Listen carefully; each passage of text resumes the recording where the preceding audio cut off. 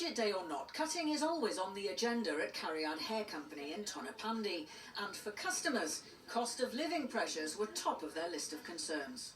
It's been terrible. In everything.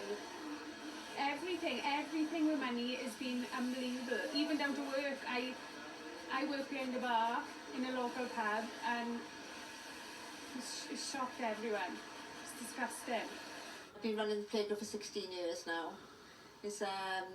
At once we had about 30 children, but now we only have about 18. Some of them only come 2 or 3 days because they can't afford to be there the full week.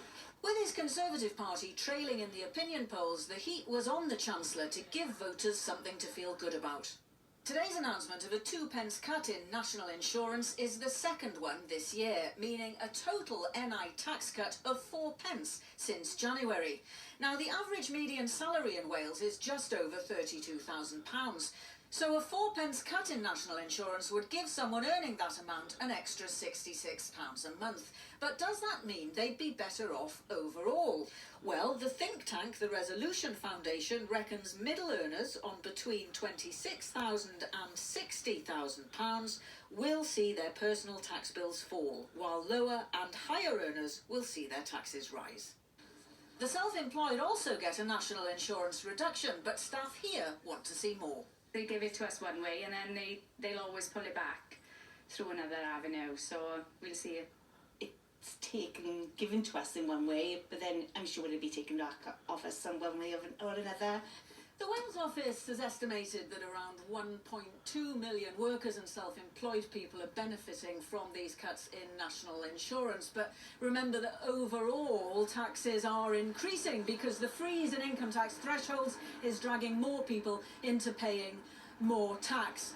And when you balance the cuts that have been announced today in taxes like national insurance and balance that against some of the other things that people have been experiencing recently, the decline in living standards in the last couple of years, interest rates still at a 15-year high, then the Chancellor probably has some way to go in convincing voters that the economy has turned the corner.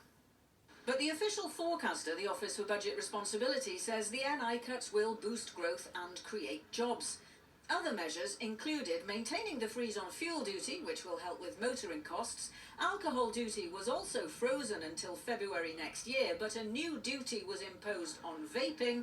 And the Chancellor also increased the threshold at which households will continue to receive full child benefit. The Chancellor also said an extra £170 million is on its way to the Welsh Government, which has been complaining that its recent budget round was the toughest ever. Today's budget was really disappointing in the sense that there was absolutely nothing new for us in Wales. So the Chancellor did announce an additional £168 million, but that's money that we'd already known about and that we'd already factored into our plans.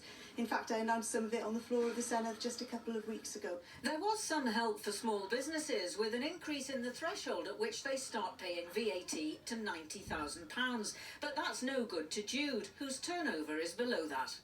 I own the salon here, but previously rented, so we've only been in this salon since last July.